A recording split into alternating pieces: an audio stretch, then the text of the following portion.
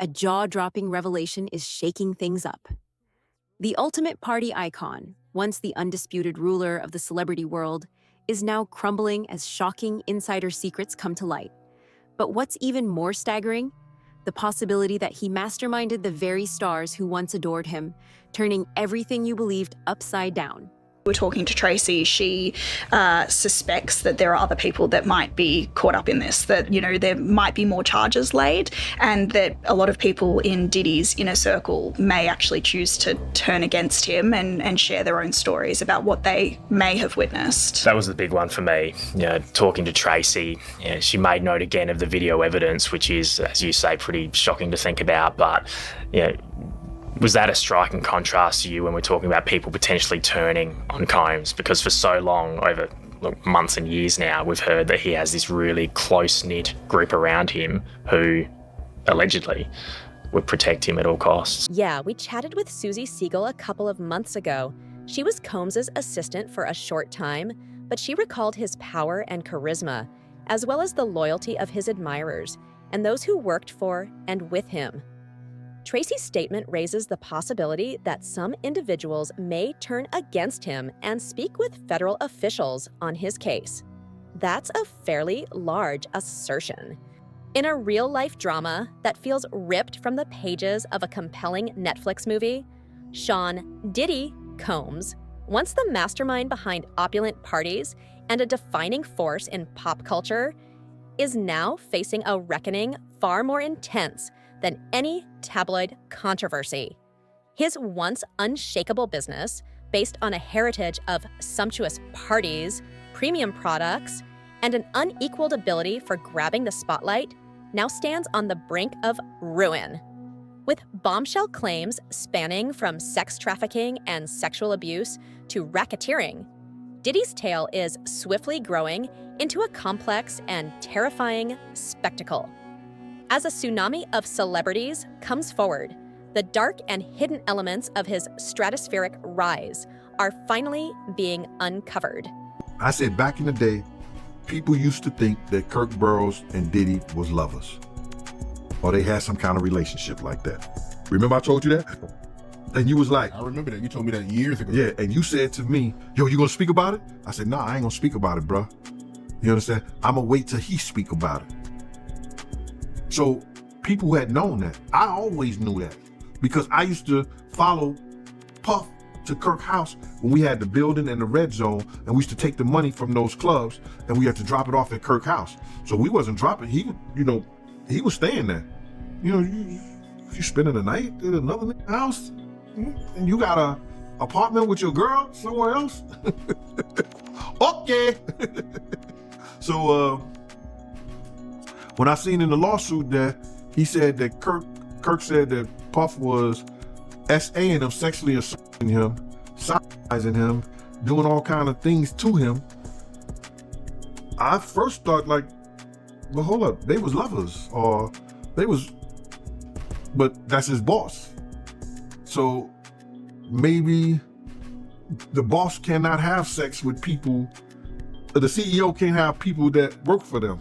Yeah, I think it's in my opinion, it's a mistake. They should have stuck with the original indictment, the superseding indictment about, that he had employees that he didn't pay, and the paragraph surrounding that. I guess they're going to throw in like an element there for that paragraph. I don't think it was useful. I don't think it was something that was necessary.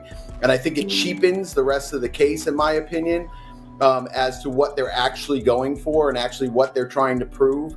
And it's very difficult in these type of cases. And I'm not saying that it's easy on either side, but it's very difficult on these type of cases to have a jury to say, hey, these aren't two consenting adults. These aren't individuals that have been paid for whatever they're doing. This isn't what they're making it out to be as a sex trafficking case. In your mind, when someone says sex trafficking, it's aghast, right? Everyone's like, oh my God, what are the facts from this sex trafficking? What could have been be?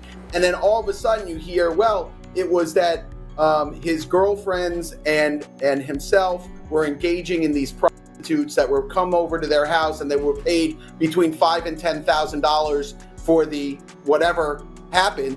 and that's the sex trafficking.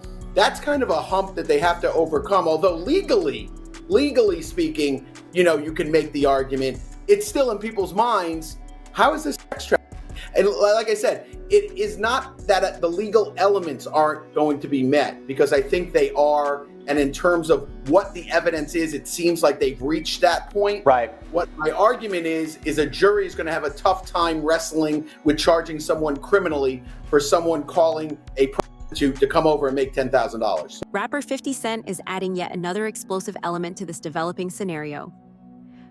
Previously a peer in the competitive hip-hop scene, 50 Cent and Diddy have a long-running quarrel that has progressed from scathing diss records to a full-fledged public censure.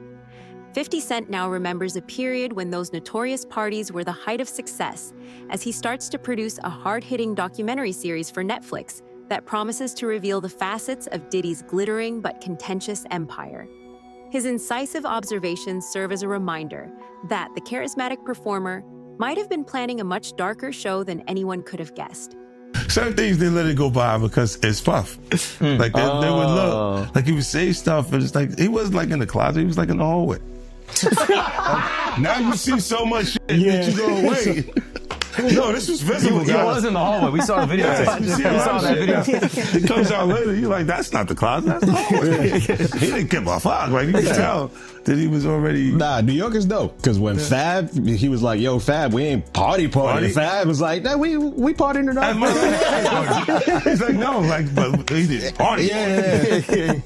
And I'm like, yo, they let that one go? Like, I had to say something about it later because I was like, oh. Speaking of, in particular, Netflix docuseries that you've been working on, Diddy Do It.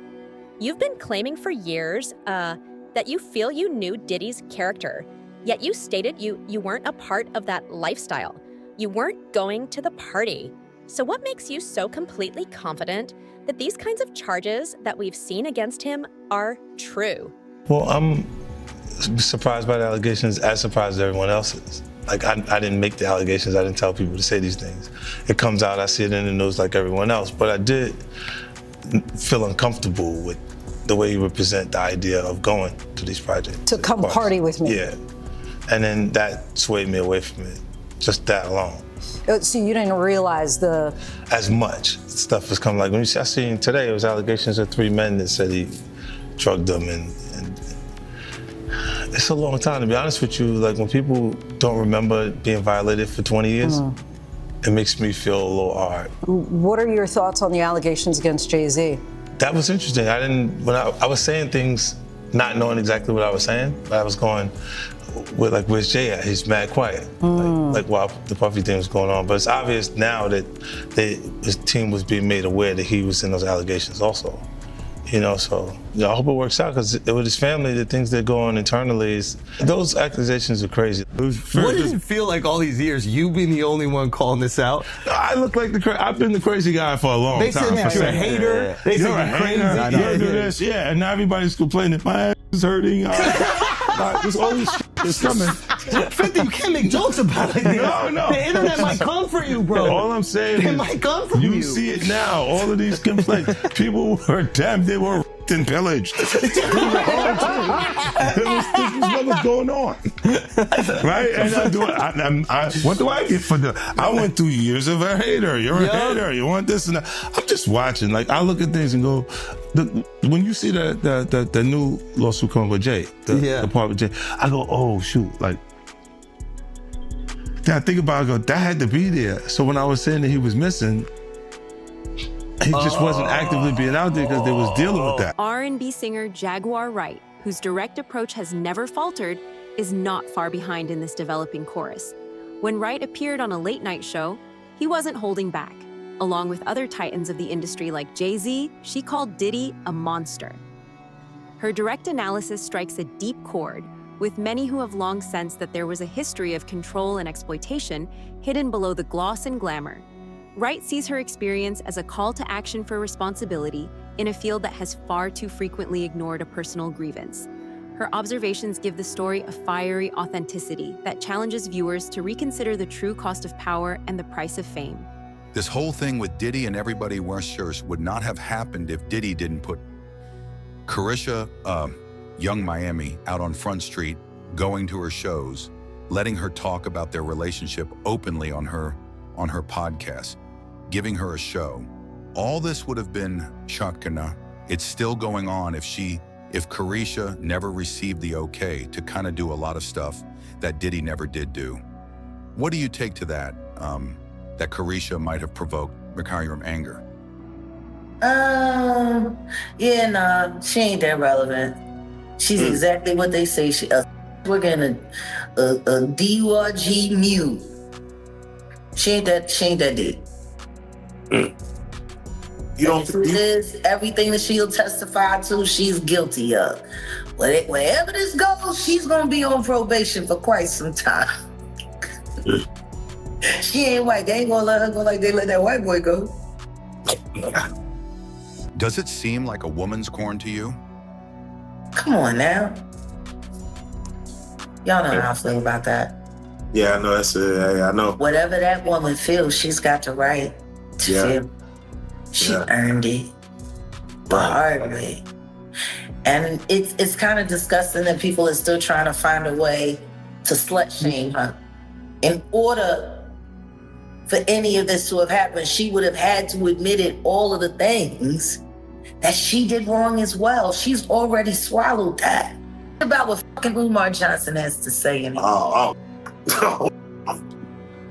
That hogwash she did with Art of Dialogue, implying that the 13-year-old, now 37-year-old autistic victim was black, that a black father wouldn't stand for that. Like he literally sat up there and put a whole race on a Jane Doe who none of the details or anything about who she was mentioned. And then Mark Curry, who once saw his rise to fame fueled by the grand promises of a music mogul known for making stars, now shares a starkly different reality. In open and revealing interviews, the rapper reflects on nights clouded by broken commitments and the sting of deep disappointment. His accusations go beyond just having his career derailed. He claims that Diddy not only took advantage of his artistic contributions, but also weaponized trust and loyalty in an industry where those very values meant everything. Boy for life. Yeah, Black Rob, you know, you got Black Rob Muscle Game. You got Gangsta shit, Lil Kim Puff, Forever. Man, I wrote the songs with like Cocaine. I did the A-Ball and MJG Ride With Me. I mean, I did, you know, you do the discog, I have a whole bunch of songs. You know, a lot of people don't know they'd be like, you only did one song for Puff. Or this one song for Bad Boy. As you check the history, do the resume, I got quite a few of them. You know what I'm saying? And there's plenty more. So that's nothing. Fooldom fashion. He tied it all the way to Trump.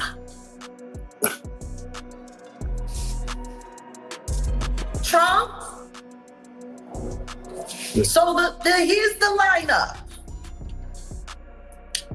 They're trying to take down all the black billionaires, so when Trump gets in office, all the black billionaires will know not to help their people. And that's why all of this is happening. Because Trump is gonna make the black billionaires not help their people. So, can I ask you this, Jag? Because Hogwash. Hogwash. These niggas ain't helping their people as it is. So Jag, I got a very... What you been doing? Yeah, I got a very important question. Laundering money through charities, allegedly. Do I think, yeah. There's every man possibly is capable. I think he's very capable of doing it. It's in his character. That's who he is. That's what comes with power. That's what comes with arrogance. That's what comes with, you know, what makes him. You know, power, that's just the selfishness that make you be like that. You know, but with everything that's going on, man, you're looking at they dropping them left and right. Companies are parting ways with him. All of that's happening right now because he's tarnishing his own image. What I think is just what I call is a character assassination that's going on right now. Then we have Aubrey O'Day, whose rise from a key player in the trailblazing girl group Danity Kane to a victim of an industry ruled by Diddy's relentless drive is both devastating and enraging. O'Day's exit from the group, which he describes as being wrapped in control and intimidation, pulls back the curtain on a music industry where success isn't just about chart-topping hits, but also about the heavy toll it takes on one's self-respect. Her memories of constantly fighting invisible battles highlight a harsh reality. The dazzling world of fame often conceals a darker side filled with exploitation and emotional turmoil. When you are at a young age and you're being groomed, and like I said, America grooms us. So there's all kinds of issues that were, instilled in all of us that we are not even aware of until you leave. But specifically in this setting, an abuser grooms you in that manner so that when they finally do violate you in a serious way, all of that to me is serious though, frankly. When grooming is serious. But when they violate you in a assault way, it's people like I was told that you kind of took pause on Cassie's story because it's 11 years that she dealt with something that sounds so traumatic. I guess kind of were the words I was kind of told that your perspective was. Is that accurate? Have you and Diddy ever got into it over a female? Yeah, I had this, one time. I want y'all to know this. These stories are strictly for when I was young and I didn't know no better. But now that I'm a grown man, my whole life has changed, man. I'm a different kind of individual, but... Comedian Cat Williams brings a dash of raw humor and bleak prophecy to the mix. Williams cautioned listeners to avoid Diddy's parties in a now viral podcast, saying that the reckoning would happen soon. He reminds us that no matter how high one rises, the fall can be spectacular by interspersing the story with a blend of streetwise insight and irony. An increasing sense of inevitability is fueled by Williams's forecasts, which are given with an almost conspiratorial candor. This reckoning is expected to upend the meticulously crafted image of a billionaire who previously appeared untouchable. Now, back in January, during his appearance with Shannon Sharpe on Club Shay Shay, Cat Williams claimed all lies will be exposed in 2024. And many are pointing to the new revelations on Diddy's indictment as another example of the comedian forecasting things that were likely to come. As news of the freak-off parties became public, many online would join in on the jokes, especially after headlines revealed the FBI seized over 1,000 bottles of baby oil. Over the weekend, Cat would turn to his own Instagram account in order to react on the ongoing reports about Diddy's freak-off parties. He would repost an AI-edited clip from 1991's New Jack City. However, the tape displayed Diddy's space on Nino Brown's body and would imply that when it comes time for a trial, Diddy will be telling on a few people. Cat's caption for the reposted clip would read, "Diddy about to snitch on everybody." In addition to that, Cat would repost another clip, this time originating from the film Bad Boys 2. The caption, "POV after you leave a Diddy party." No, I'm not all right, Mike. 3 days of this shit got my nerves all rattled. My ass still hurts. It might be a female that likes you. She naturally just like you, but he likes her, but she likes you. He's upset about that. He don't like that, the fact that she like you and don't like him, because he done worked hard to get the money, the jewelry, the cars, the house, the pool, the everything else that he think he needs in order to make himself feel like that person, that man. And then you don't have to have none of that, and this female still likes you even more than she likes him. He hates that. So that to me, I call that a man who has a problem with real men. Wendy Williams, a seasoned talk show anchor who has made a living by criticizing the powerful, has been a steadfast opponent of Diddy. A keen, perceptive commentary on the nature of celebrity worship and the exploitation that frequently supports it can be found in Williams' long-standing frustrations, which arise from betrayals in both his personal and professional life. Her insights pierce decades of meticulously crafted stories and make us face the unsettling fact that even people who were once seduced by Diddy's charisma can finally muster the strength to speak up. We're downstairs waiting, and everybody upstairs at the radio station is looking down. egging it on, waiting for something to go down. I didn't get a chance to hit the sidewalk, you know what I'm saying? Before I knew it, out of nowhere. Nobody called. It's not even like he knew. It was just like weird. Almost like karma. Next thing I know, he's out of the car and there's a whole bunch of rah-rah going on outside, and I'm still trying to figure out what the hell is going on. And I send Cower and Skell out on the sidewalk, and he comes back in and says, "It's Total outside, and they were about to set it on you."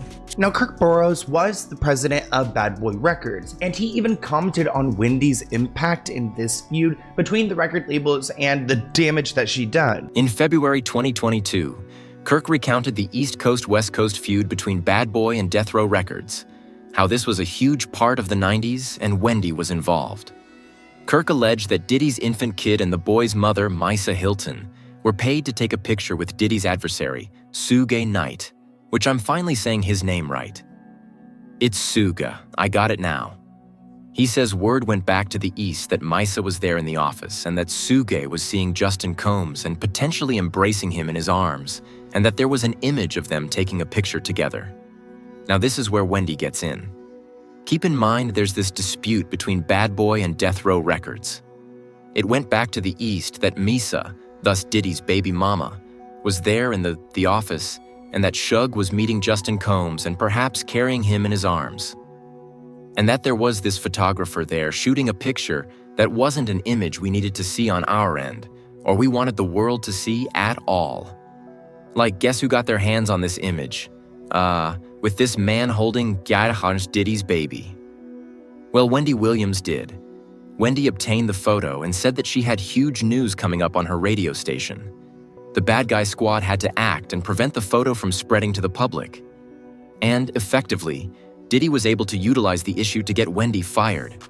That's crazy, man. So he'll feel a type of way if a female wanted one of his friends and not him.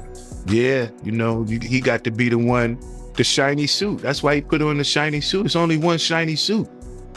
Can't be two shiny suits in the video, man. It's only one shiny. It can't be two kings under one castle. He know those words. Milk knows those words, man. Milk knows those words. You got fired from Hot 97 years ago because of Diddy.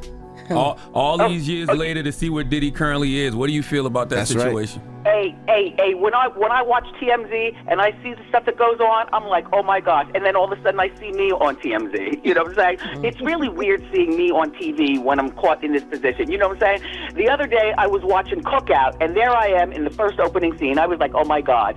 Season 1, episode 13, there I am on Martin. You know what I'm saying? And as far as Diddy will go to prison for life, people. You don't know things that I knew about Diddy back in the day, and you want to know what?